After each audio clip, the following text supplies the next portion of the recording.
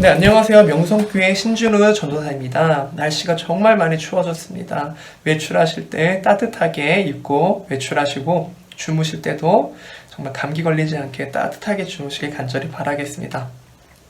네, 오늘 우리에게 주신 하나님 말씀은 로마서 9장, 10장, 11장, 12장입니다. 하지만 10장만 딱 집중해서 보도록 할게요. 왜냐? 모든 장절을 다 다루게 되면 거의 지금 분량으로 봤을 때 1시간이 넘기 때문에 10장만 집중해서 보도록 하겠습니다. 우리 성도님들도 저와 같이 함께 성경을 펴가지고 한 절 한 절 집중해서 보도록 하겠습니다. 자, 1절입니다. 형제들아, 내 마음에 원하는 바와 하나님께 구하는 바는 이스라엘을 위함이니 곧 그들로 구원을 받게 하니라. 이스라엘을 위함이니 곧 그 이스라엘 백성들이 구원을 받게 함이라 라고 말을 하고 있어요. 즉 바울은 이방인의 사도였어요. 자기도 이방인의 사도라고 말하였지만 이 자기의 동포인 이스라엘 백성들도 간절하게 그들이 구원을 받길 간절히 바라고 있는 내용입니다. 자, 2절 보도록 하겠습니다. 내가 증언하노니 그들이 하나님께 열심히 있으나 하나님께 열심히 있으나 올바른 지식을 따른 것이 아니니라. 올바른 지식을 따른 것이 아니니라. 이렇게 끊어서 봐주시면 좋을 것 같습니다.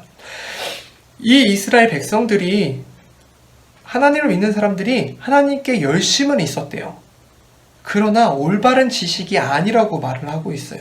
즉 율법주의적으로 율법에만 엄청 열심히 있었대요. 그런데 그 율법은 그 올바른 지식으로 따르지 않았다고 바울은 지금 반박하고 있습니다. 네, 3절 보도록 하겠습니다. 3절. 하나님의 의를 모르고 자기의 의를 세우려고 힘써 하나님의 의를 모르고 그리고 자기의 의를 세우려고 힘썼대요. 하나님의 의에 복종하지 아니하였느니라. 자꾸 하나님의 의를 알지 못하고 자기의 의를 지금 세우길 바빴다고 성경은 지금 말하고 있습니다. 하나님의 의가 어디에서 오는지도 지금 모르고 있는 거예요. 자꾸 자신들이 만들어 놓은 그 전통을, 그 율법을 자기의 의로 세우기 지금 바쁜 모습을 3절에서 지금 우리 말하고 있습니다. 자, 4절 보도록 할게요.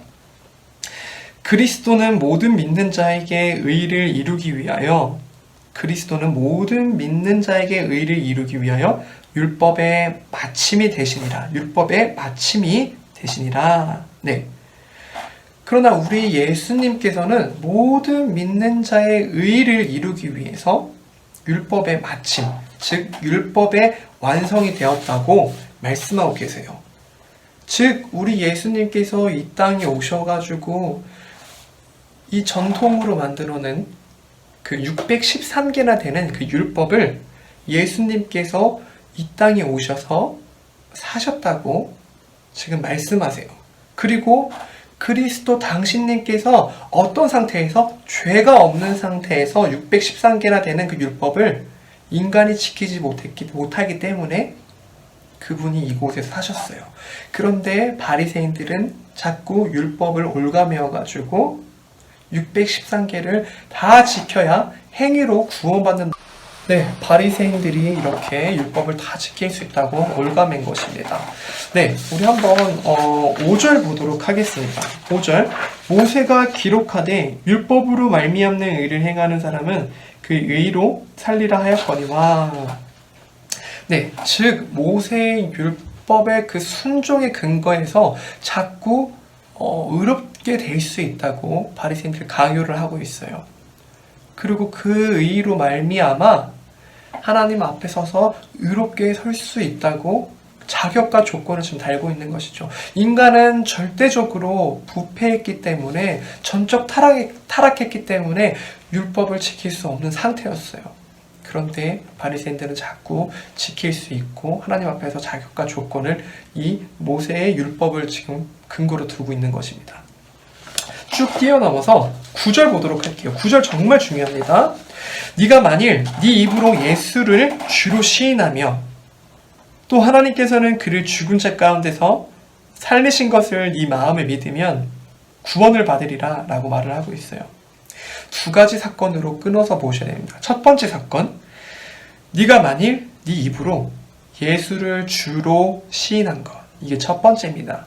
예수를 주로 시인했다는 게 무엇이냐면 예수님께서 천지를 창조하실 때 함께 계시고 그 천지 모든 만물의 소유를 하고 계시고 그리고 그분이 구세주라는 것, 이게 첫 번째 사건입니다.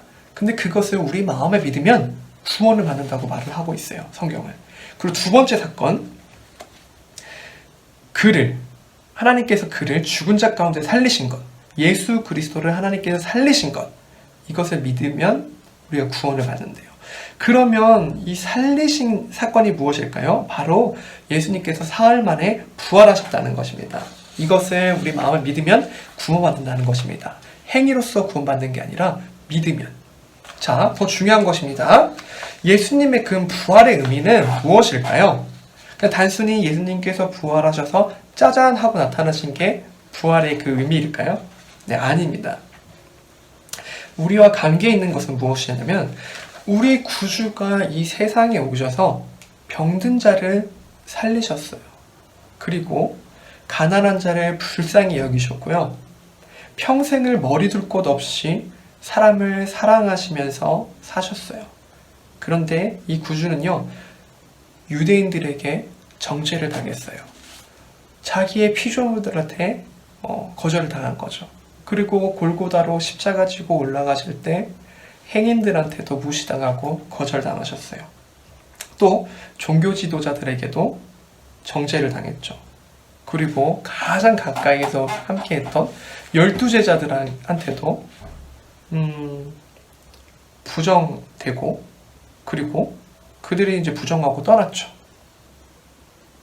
그리고 그 구주가 인간에게 심판을 받고 죽임을 당했죠. 그런데 우리 하나님께서는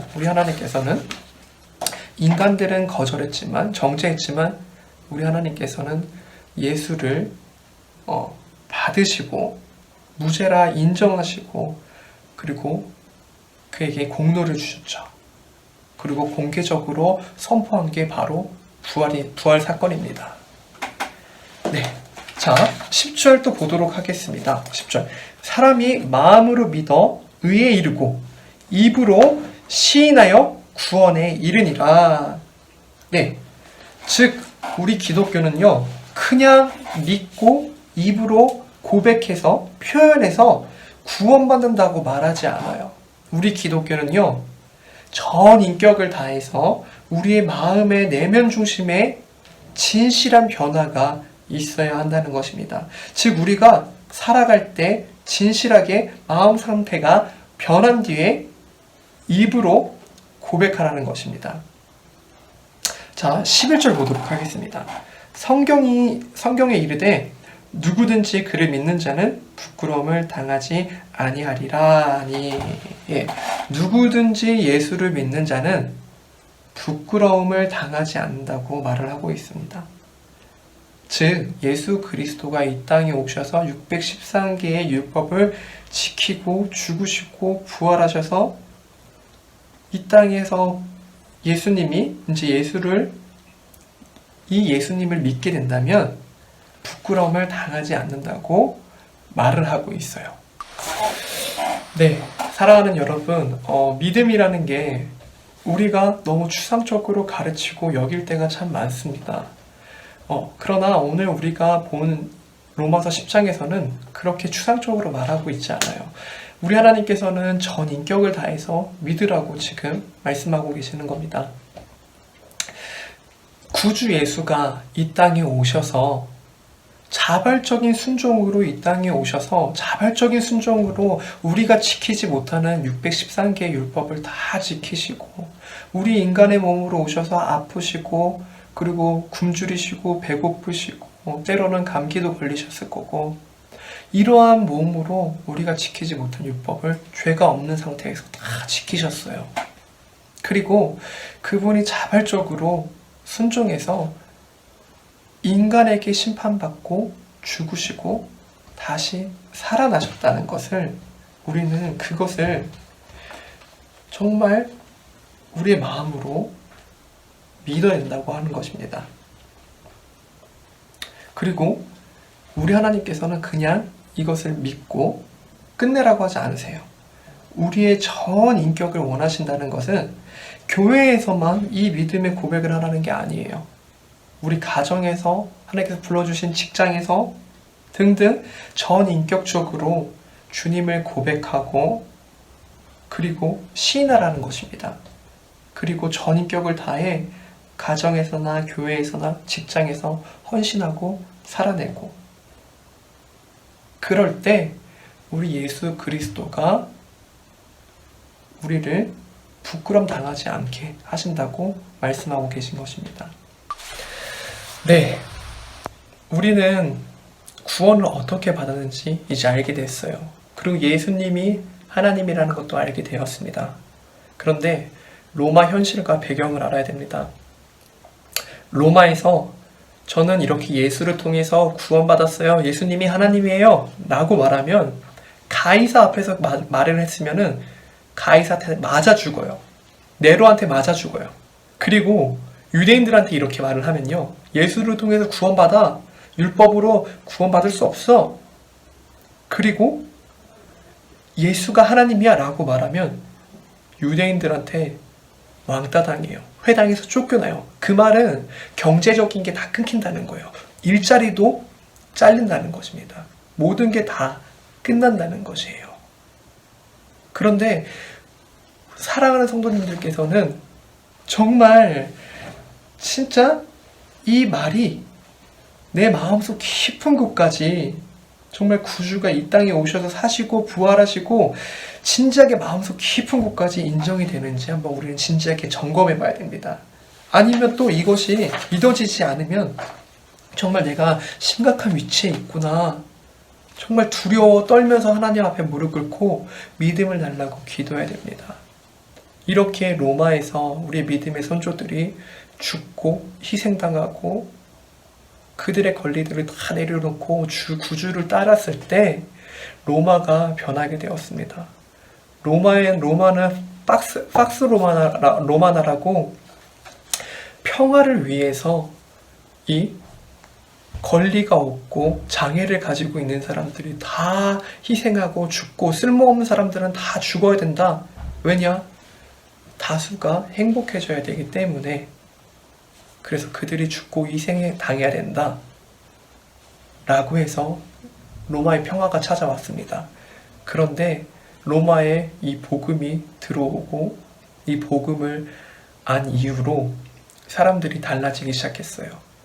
장애자들이 죽임을 당할 때 이 기독교인들이 죽이지 마세요, 우리가 키울게요, 우리가 희생할게요. 로마가, 이 강력한 로마가, 이기적인 로마가, 이 박스 로마나가 정말 변하기 시작했습니다. 그들을 통해서. 네, 사랑하는 여러분, 이 고백이 마음속 깊은 곳까지 믿어지고 이런 날이 다가올지라도 지금부터 마음속 깊은 곳까지 믿어지게 해달라고, 그들처럼 이타적인 삶을 살 수 있도록 그리스도의 율법의 마침이 되면서 우리가 그렇게 예수님의 사랑으로 살아갈 수 있게 해달라고 정말 간절히 날마다 기도하길 간절히 바라겠습니다.